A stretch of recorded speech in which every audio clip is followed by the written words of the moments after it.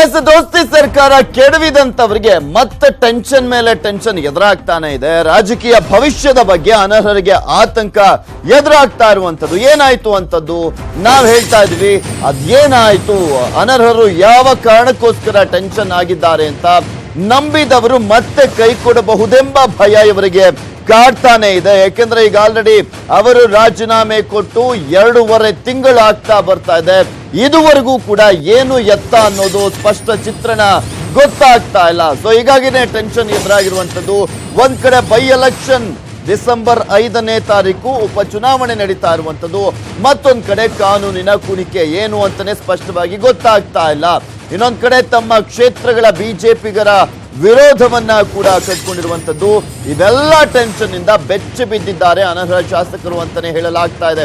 So ಹೀಗಾಗಿ CM BSY ಹೇಳಿಕೆಗಳಿಂದಲೂ ಕೂಡ ಕಂಗೆಟ್ರ ಅನರ್ಹರು ಅನ್ನುವ ಪ್ರಶ್ನೆ ಎದ್ದಿರುವಂತದ್ದು. ಯಾಕೆಂದ್ರೆ ಬಿಎಸ್ವೈ ಅವರನ್ನೇ ಸೈಡ್ ಲೈನ್ ಬಗ್ಗೆಯೂ ಅನರ್ಹರಿಗೆ ಹೆಚ್ಚಿದೆ ಆತಂಕ. ಬಿಎಸ್ವೈ ಅವರನ್ನೇ ಸೈಡ್ ಲೈನ್ ಮಾಡಲಾಗ್ತಾ ಇದೆ, ಅವರ ಮಾತಿಗೆ ಬೆಲೆ ಕೊಡಲಾಗ್ತಾ ಇಲ್ಲ ರಾಜ್ಯ ರಾಜಕಾರಣದಲ್ಲಿ ಅನ್ನುವ ಮಾತುಗಳು ಕೇಳಿ ಬರ್ತಾ ಇರುವಂತಹ ಹಿನ್ನೆಲೆಯಲ್ಲೂ ಕೂಡ ಟೆನ್ಷನ್ ಎದುರಾಗಿದೆ. ಬಿಎಸ್ವೈ ಬಿಟ್ಟು ನೇರ ಅಖಾಡಕ್ಕಿಳಿದಿದ್ದಾರೆ ಅನರ್ಹ ಶಾಸಕರು. ಸಿಎಂ ಬಿಟ್ಟು ಹೈಕಮಾಂಡ್ ಆಪ್ತರ ಜೊತೆ ಅನರ್ಹರು ಸಭೆಯನ್ನ ಮಾಡಿರುವಂತದ್ದು. ಸಿಎಂಗೂ ತಿಳಿಸದೆ ಆ ನಾಯಕರ ಜೊತೆ ಮಹತ್ವದ ಸಭೆಯನ್ನ ನಡೆಸಿದ್ದಾರೆ. ಈ ಸುದ್ದಿ ಕೇಳಿ ಸಿಎಂ ಯಡಿಯೂರಪ್ಪನವರಿಗೂ ಕೂಡ ಬಿಗ್ ಶಾಕ್ ಎದುರಾಗಿರುವ ರೀತಿ ಕಾಣಿಸ್ತಾ ಇದೆ. ಯಾಕೆಂದ್ರೆ ಒಟ್ಟಿನಲ್ಲಿ ಅವರಿಗೆ ನ್ಯಾಯವನ್ನ ಕೊಡಿಸಬೇಕು ಅನ್ನೋದು ಯಡಿಯೂರಪ್ಪನವರ ನಿರ್ಧಾರ ಆಗಿತ್ತು. ಈಗ ಇವರು ಯಡಿಯೂರಪ್ಪನವರನ್ನ ಬಿಟ್ಟು ಇನ್ನೊಬ್ಬರನ್ನ ಇಟ್ಕೊಂಡಿದ್ದಾರೆ. ಯಾರು ಹಾಗಾದ್ರೆ ಅವರು ಅನ್ನೋದನ್ನ ಹೇಳ್ತೀನಿ.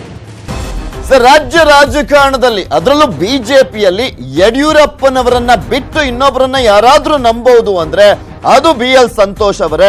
ಯಾಕೆಂದ್ರೆ ಅಷ್ಟೊಂದು ಪ್ರಭಾವವನ್ನ ಹೊಂದಿರುವಂತ ನಾಯಕ ಮತ್ತೊಬ್ರು ಇದ್ರೆ ಅದು BL ಸಂತೋಷ್. ಸೊ ಹೀಗಾಗಿನೇ BL ಸಂತೋಷ್ ಮತ್ತು ಕಟೀಲ್ ಜೊತೆ ಅನರ್ಹ ಶಾಸಕರು ಸಭೆಯನ್ನ ಮಾಡಿದ್ದಾರಂತೆ.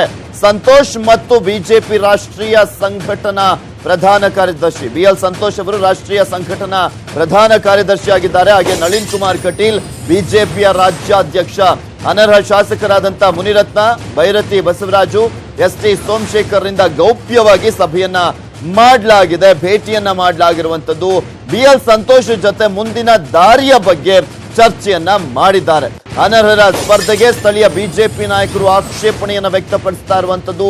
ಅಸಮಾಧಾನ, ಆಕ್ರೋಶ ಎಲ್ಲವೂ ಕೂಡ ಭುಗಿಲೆದ್ದಿವೆ. ಉಪಚುನಾವಣೆ ವಿಚಾರವಾಗಿ ಚರ್ಚೆಯನ್ನ ನಡೆಸಿದ್ದಾರೆ ಅನರ್ಹರು. ಬೈ ಎಲೆಕ್ಷನ್ ಟಿಕೆಟ್ ವಿಚಾರವಾಗಿ ಮಹತ್ವದ ಮೀಟಿಂಗ್ ಅನ್ನ ಕೂಡ ಮಾಡಲಾಗಿದೆ BL ಸಂತೋಷ್ ಮತ್ತು ನಳಿನ್ ಕುಮಾರ್ ಕಟೀಲ್ ಅವರ ಜೊತೆ.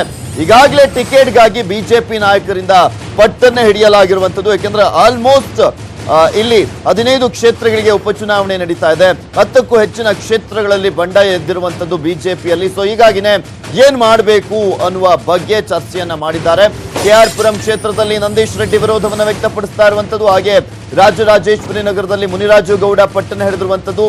ಸ್ಥಳೀಯ ಸಮಸ್ಯೆಗಳ ಬಗ್ಗೆ ಕಟೀಲ್ ಸಂತೋಷ್ ಜೊತೆ ಚರ್ಚೆಯನ್ನ ಮಾಡಿದ್ದಾರೆ. ಅವರು 20 ನಿಮಿಷಗಳ ಕಾಲ ಚರ್ಚೆಯನ್ನ ನಡೆಸಿದ್ದಾರೆ ಅನರ್ಹ ಶಾಸಕರು. ಕಟೀಲ್ ಭೇಟಿ ವೇಳೆ ತಿರುಪತಿ ಪ್ರಸಾದವನ್ನ ನೀಡಿದ್ದಾರೆ. ಭೈರತಿ ಬಸವರಾಜು ತಿರುಪತಿಗೆ ಹೋಗಿ ಪೂಜೆಯನ್ನ ಮಾಡಿಸ್ಕೊಂಡ್ ಬಂದೀವಿ, ಒಳ್ಳೇದಾಗುತ್ತೆ, ಒಳ್ಳೇದಾಗಬೇಕು, ನೀವೇ ಕಾಪಾಡಬೇಕು ಅನ್ನೋ ರೀತಿಯಲ್ಲಿ ಪೂಜೆಯನ್ನ ಮಾಡಿಸ್ಕೊಂಡ್ಬಂದು ಅವರಿಗೂ ಕೂಡ ಲಾಡನ್ನ ನೀಡಿದ್ದಾರೆ. ಬಿಜೆಪಿಯಲ್ಲೇ ತಲ್ಲಣವನ್ನ ಸೃಷ್ಟಿಸಿದೆ ಈ ರಹಸ್ಯ ಭೇಟಿ. ಬಿಜೆಪಿಯಲ್ಲಿ ಶುರುವಾಗಿದೆ ನಾನಾ ವ್ಯಾಖ್ಯಾನ. ಇವರ ಭೇಟಿಯ ವಿಚಾರಕ್ಕೆ ಸಂಬಂಧಪಟ್ಟಂತೆ ಸಿಎಂ ಬಿಎಸ್ವೈಗೆ ಬಿಗ್ ಶಾಕ್ ಕೊಟ್ರ ಅನರ್ಹರು. ಅಂದ್ರೆ ನಂಬಿಕೆಯನ್ನ ಕಳ್ಕೊಂಡ್ಬಿಟ್ರು ಅಂತ ಹೇಳ್ಬೇಕಾ, ಅಥವಾ ಇವರಿಗಿನ್ನ ಇವರೇ ಬೆಸ್ಟ್ ಅಂತ ಆಯ್ಕೆ ಮಾಡ್ಕೊಂಡ್ರ, ಅಥವಾ ಅವ್ರ ಜೊತೆಲೆ ಇವರು ಇರ್ಲಿ ಅಂತ ಇವರ ಜೊತೆ ಸಭೆಯನ್ನ ಮಾಡಿದ್ದಾರಾ ಅನ್ನೋದು ಕೂಡ ಪ್ರಶ್ನೆ ಎದ್ದಿದೆ. ಇದೆಲ್ಲದ್ರ ಬಗ್ಗೆ ಕಂಪ್ಲೀಟ್ ಡೀಟೇಲ್ಸ್ ಅನ್ನ ನೀಡ್ತಾರೆ ನಮ್ಮ ಪ್ರತಿನಿಧಿ ರಮೇಶ್ ಹಿರೇಜಂಬೂರು ದೂರವಾಣಿ ಸಂಪರ್ಕದಲ್ಲಿದ್ದಾರೆ. ಎಸ್ ರಮೇಶ್, ಈ ಒಂದು ಭೇಟಿಯ ಉದ್ದೇಶ ಆದ್ರೂ ಏನು ಅಂತ ಹೇಳ್ಬೇಕಾಗತ್ತೆ? ಪೃಥ್ವಿರಾಜ್, ಈಗಾಗಲೇ ಏನು ಯಡಿಯೂರಪ್ಪನವರನ್ನು ನಂಬಿ ಅನರ್ಹ ಶಾಸಕರು ಈಗಾಗಲೇ ಬಿಜೆಪಿಗೆ ಬಂದಿರತಕ್ಕಂಥದ್ದು. ಆದ್ರೆ ಅಧಿಕೃತವಾಗಿ ಇನ್ನೂ ಕೂಡ ಸೇರ್ಪಡೆ ಆಗಿಲ್ಲ. ಆದ್ರೆ ಅಷ್ಟರೊಳಗಾಗಲೇ ಬಿಜೆಪಿ ಸೇರ್ಪಡೆ ಆಗುವಂತದ್ದು ಅನರ್ಹ ಶಾಸಕರು ಬೇಡ ಅನ್ನುವಂತಹ ಕೂಗು ಕೂಡ ಪಕ್ಷದ ಬಿಜೆಪಿಯಲ್ಲಿ ವ್ಯಾಪಕವಾಗಿ ಕೇಳಿ ಬಂದಿತ್ತು. ಅದರಲ್ಲೂ ಪ್ರಮುಖವಾಗಿ KR ಪುರಂ ಕ್ಷೇತ್ರ ಇರ್ಬೋದು, ರಾಜರಾಜೇಶ್ವರಿ ನಗರ ಇರ್ಬೋದು, ಅಥವಾ ಯಶವಂತಪುರ ಕ್ಷೇತ್ರಗಳಲ್ಲಿ ಇರ್ಬೋದು.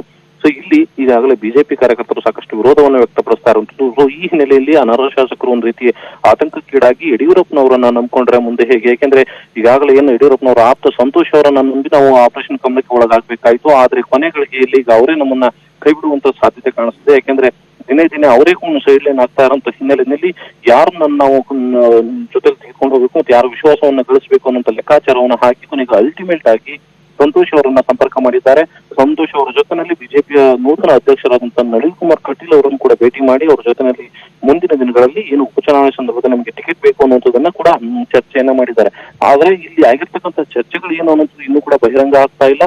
ಸೊ ಆ ಹಿನ್ನೆಲೆಯಲ್ಲಿ ಒಂದ್ ರೀತಿ ಬಿಜೆಪಿಯಲ್ಲಿಯೇ ಈಗ ಹೊಸದಾಗಿ ಏನ್ ಚರ್ಚೆಗಳು ಶುರುವಾಗಿದೆ. ಸಂತೋಷ್ ಅವರ ಜೊತೆನಲ್ಲಿ ಅನರ್ಹ ಶಾಸಕರು ಏನೇನೆಲ್ಲ ಚರ್ಚೆ ಮಾಡಿರಬಹುದು, ಒಂದ್ ವೇಳೆ ಯಡಿಯೂರಪ್ಪನವರನ್ನ ನಿಜಕ್ಕೂ ಸೈಡ್ಲೈನ್ ಮಾಡ್ಲಾಗ್ತಾ ಇದೆಯಾ, ಯಡಿಯೂರಪ್ಪನವರನ್ನ ಬಿಟ್ಟು ಏಕಾಏಕಿ ಅನರ್ಹ ಶಾಸಕರು ಹೇಗೆ ಸಂತೋಷ್ ಅವರನ್ನ ಭೇಟಿ ಮಾಡಿದ್ರು, ಯಾವ ಕಾರಣಕ್ಕಾಗಿ ಭೇಟಿ ಮಾಡಿದ್ರು ಅನ್ನುವಂತ ಚರ್ಚೆಗಳು ಈಗ ವ್ಯಾಪಕವಾಗಿ ಶುರುವಾಗಿದೆ.